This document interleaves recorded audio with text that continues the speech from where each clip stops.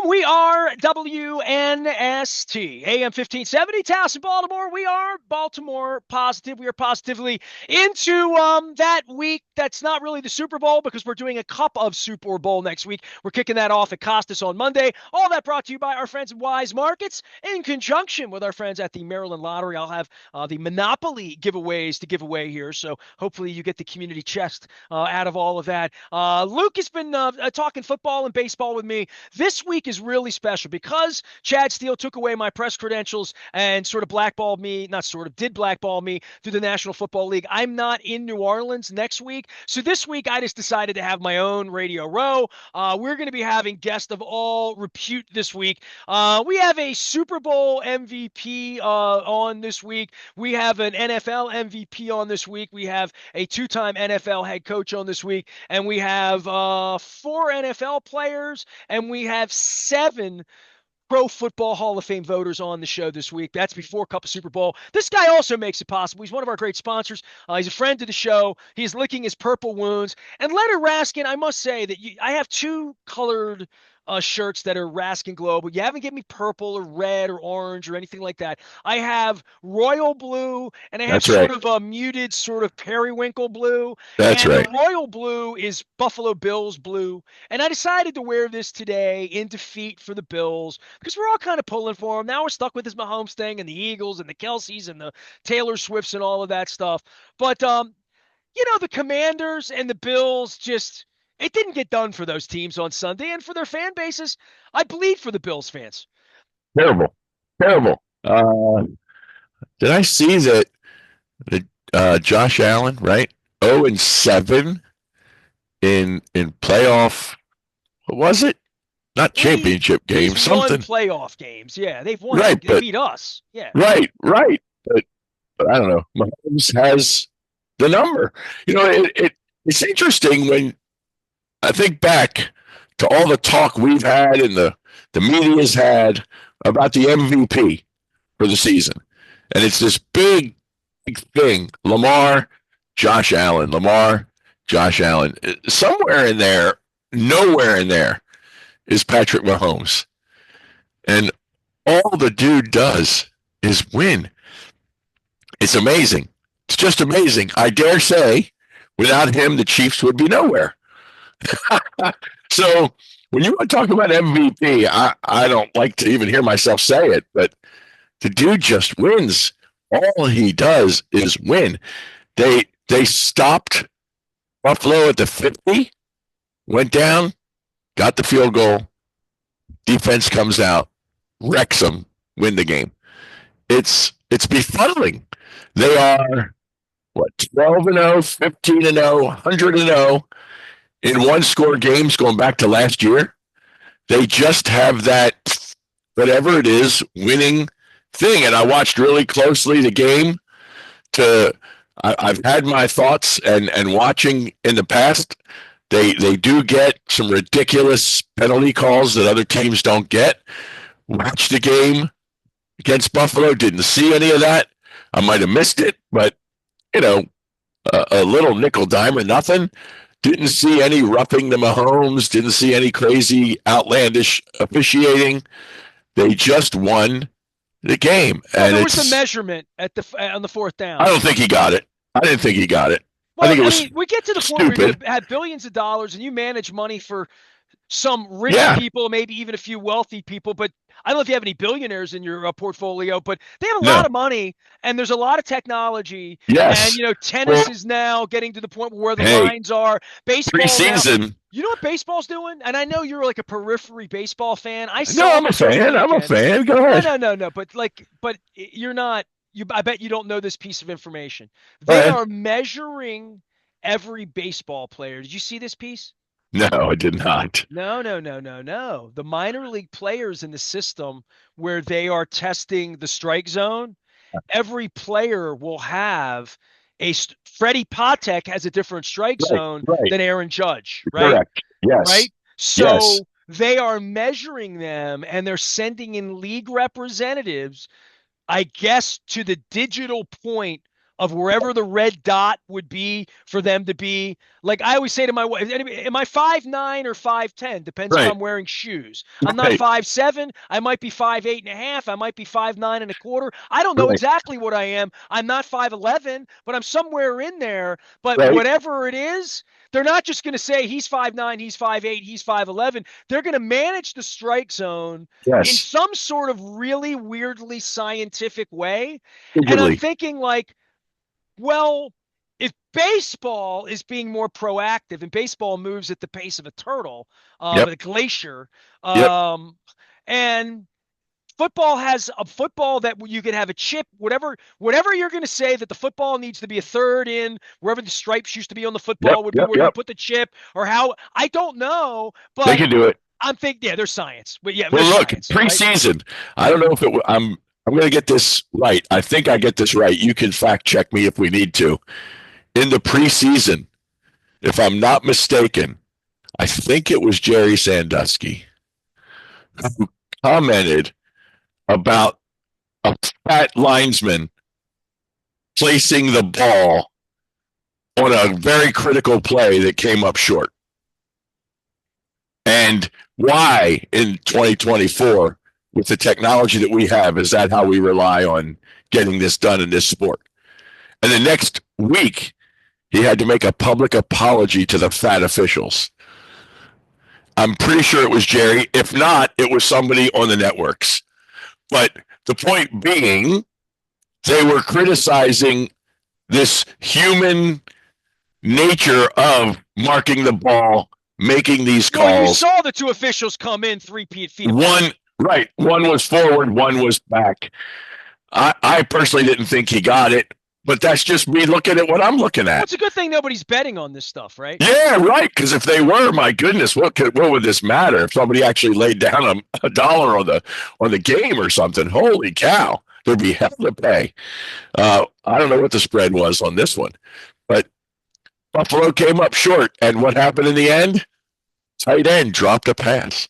Well, what happened in the end is the two best teams won. I mean, Yes. the Chiefs have been the best team all year. The Eagles have Yes. been the Eagles were better than the Ravens. The Chiefs are better than the Ravens, and the Bills are better than the Ravens. So Eagles were great, had a great season, had a great run. You would think it would have been Detroit. They got knocked out. The Eagles were the next best standing team. And personally, I am thrilled that they beat that team from Washington. I've never been a fan, won't be a fan. They can think all they want that we're so close we should root for them, but I have no rooting interest in Washington winning anything. They ramp it up that you dislike them more, because they didn't for me. Like I've always disliked them, but there's a point where they took the Redskin thing off the helmet.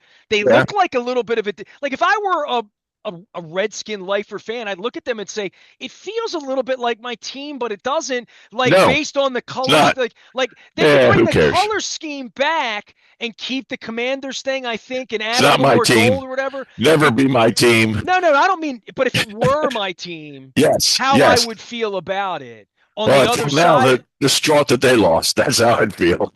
But I have lots of friends in Philly, lots of fans of the Eagles. Even the mayor, Agles, says, did you see that? You saw the mayor. Yeah, it's got the spelling wrong. Yeah. She forgot how to spell Eagles. That was really sad. But I have lots of friends that are going to be at the New Orleans horrible stadium to watch a game, as I just don't like it. Anyway, won a Super Bowl there. It's a great place for me. I mean, it's a terrible place during Katrina, but good on the nights we've won. Great place to be, and should be fantastic. And here's hoping that the Eagles find a way to beat the Taylor Swift, Patrick Mahomes, Andy Reid Chiefs, which I don't know if they will. Could have the first ever 3-peat in the NFL.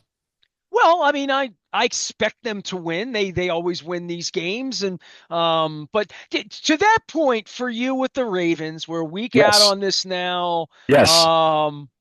I want to ask you this as a leadership person, because you're involved in all sorts of CEO things, and you know all sorts of people who invest money, know money, manage money. You stand responsible and accountable in the Bernie Madoff kind of way in your space. But then Absolutely. just the general thing of, well, we invest money in companies where they make announcements to board holders. And then there's private companies too that don't say much to anybody about anything. And the NFL is private, but is it? Yep. We just gave them Yep. 600 million.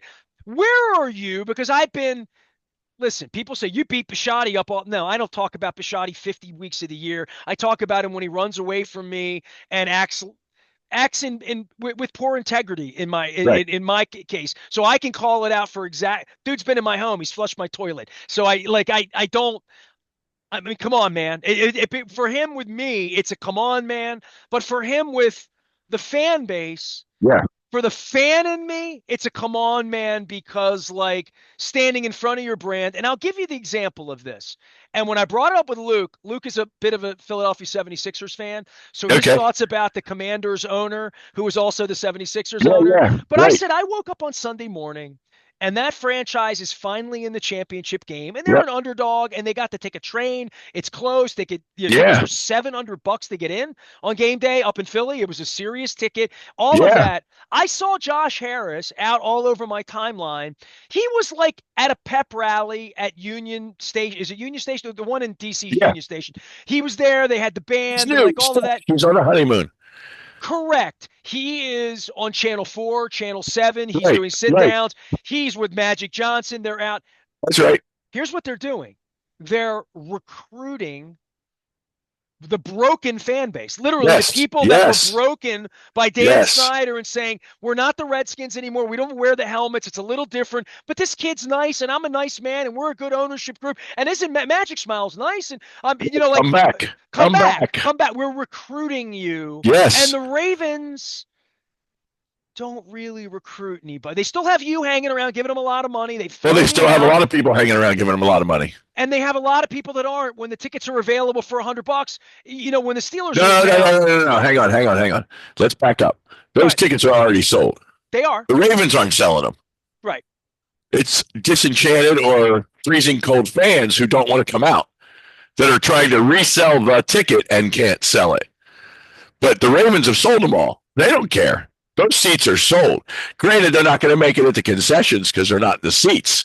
But those seats. I would argue to you those seats aren't sold, and I could argue that. And as a journalist, you think they're not paid for? You think the Ravens are selling them? I don't think the Ravens are sold out of PSLs. I don't think that when the tickets move out to season ticket holders that there aren't lots and lots of tickets. And Leonard, I know this to be factual, so I don't want to play kayfabe. They run ads all over the place asking me to buy single game tickets. There are plenty. So please, you need to know as a fact that there is not a waiting list, and that what you just purported as a fact that fans were the team has inventory. The team you got has it. Inventory. Okay. So look, if the team, it's not a half-empty plane. selling, I want to make that clear. No, got it. The team has empty seats. They do. If the team is selling tickets and can't sell them, shame on them. My assumption is those seats. You call over there right now and say, I want to buy season tickets for next year. They'd say, here's the PSL. It's in section 143. It's, and they would do, they would sell you a season. So it's not like the Redskins waiting list was 30 years ago where you could not get in, or what we had here, which was that for 20 years, which was the only way you could get a ticket was to know somebody who had a ticket. Right. Right? That's not that way. Absolutely. It really isn't. I wish it were. And that's one of my sad commentaries is nobody cares. I got it. So what I know is I have friends that had DC tickets for generations that dropped them, let them go, don't have them anymore, don't care. They died 10 years before, they would have willed them, right? Right, but now they don't care. I also have people that I know who work for the Washington Commanders, and I'm told season ticket and ticket sales are brisk. People want back in, and they're selling, and good for them. They're making it happen. When you'll know that that's real when the Eagles come into play and the Cowboys, and their fans aren't there on an $80 junket. That's right. Right? That's right. When they can't get into the stadium. We made it really, really hard for visiting fans to get tickets in for our a long stadium. For a long time. For a long time. For a generation. Yep. For a generation. Yep. Yeah. And that turns over. People die. People get tired of it.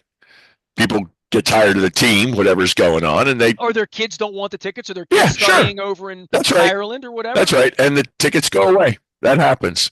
Or they move to Florida, or you've seen all. I've seen all of that in my section as it evaporates. Exactly happens. And the backfill part of that. So what we have now, because you're the business guy. By the way, Leonard Raskin is here. He manages money, which is why I try to move him toward talking about money, and not just club level money, but regular people money and the Birdland value menu that's out there and all that. But what we have now is the Orioles just hired a guy named Mark Fine, who's been a friend of mine for 25 years. So I said, hi, Mark.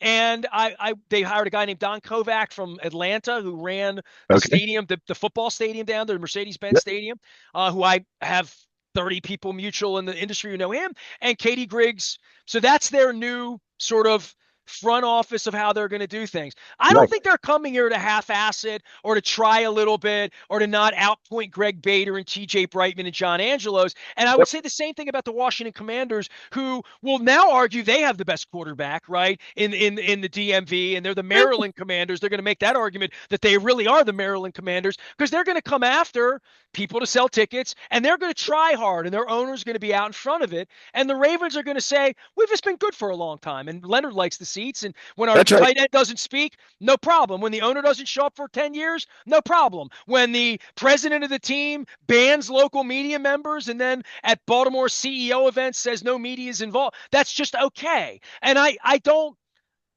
It's going to be interesting. That's all I'm going to say. Because the Orioles are going to be good. They have a product to sell, the Orioles. And now they're lowering this and lowering that, and educating this. And they have hardworking. The Orioles are going to try to recruit the community. Yes, here's open. Commanders are recruiting the community. They need to. The Orioles, it's been a long time since they've done that.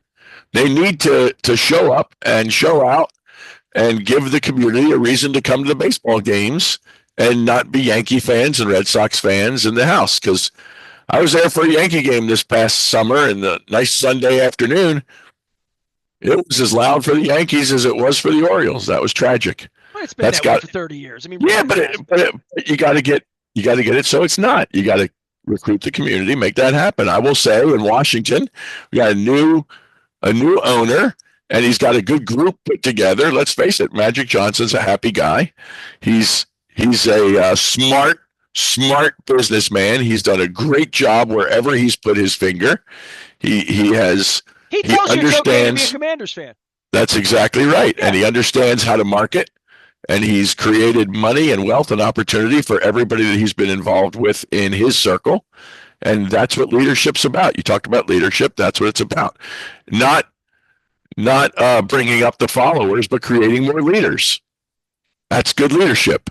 So, on the one hand, I got to say, Bisciotti's rested a little maybe on the team. That's okay.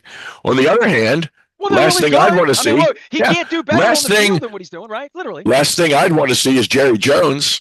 I mean, what a goof. I mean, that guy thinks he knows how to run a football team. I give Bisciotti at least a little credit that he doesn't think he knows how to run the team anymore.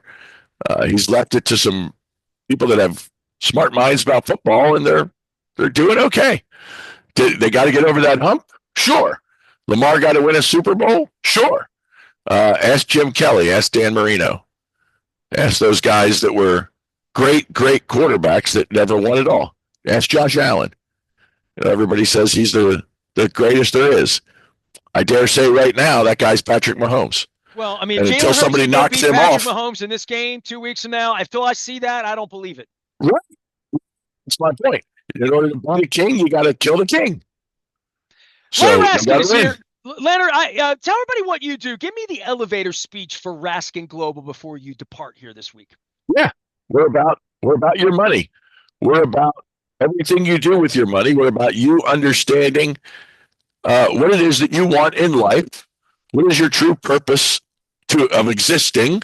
What do you want to have happen in your life? And how does your money intersect with that?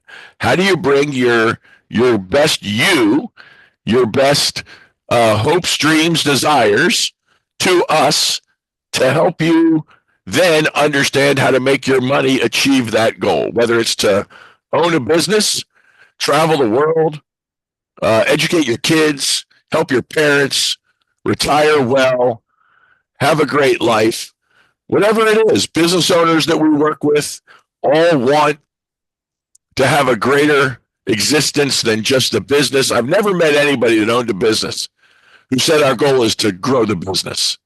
It's to grow the business for what? For the kids, for retirement, for charity, for whatever. And so whatever your personal purpose is, we want to help you understand how to maneuver your dollars to achieve that purpose. And sadly, the world that is financial advice isn't about that. The world that is financial advice too often is about selling you a product that they sell, whether it helps you move towards your financial success as an individual, as a family, or not. If it fits, you buy it, they sell it, and they go on about their business, happy life for them. But we need happy lives for our investors, for the people we advise. We need them to have a focus on what's bigger than the money itself. And that's what we work to help people do. Have the kind of life they want and use the money in amazing ways they didn't know they could. Well, I got last thing for you is my wife is using her money with her sister and dad to run off to Italy, and they're trying to figure out, do I want to do a cruise on the land? Do I want to go to Venice? And I'm like, man, go do it. Go do it. Go do it. Go do it. And so they're going to go do it. And I'm going to watch the cat and build Baltimore positive while we do it. He's Leonard Raskin. He is Raskin Global. You can find him out on the internet. You can find him at the front of Baltimore Positive. We're always chatting about sports and money and life. And I'm sure next week we will be talking about a cup of Super Bowl, which is our week-long movement to stock some pantries and make people aware of food insecurity. This time of year, it's cold. We know how cold it is. We're going to offer folks a cup of soup or bowl at 5 of our locations. Starts at Costas on Monday. Whole schedule is up at BaltimorePositive.com.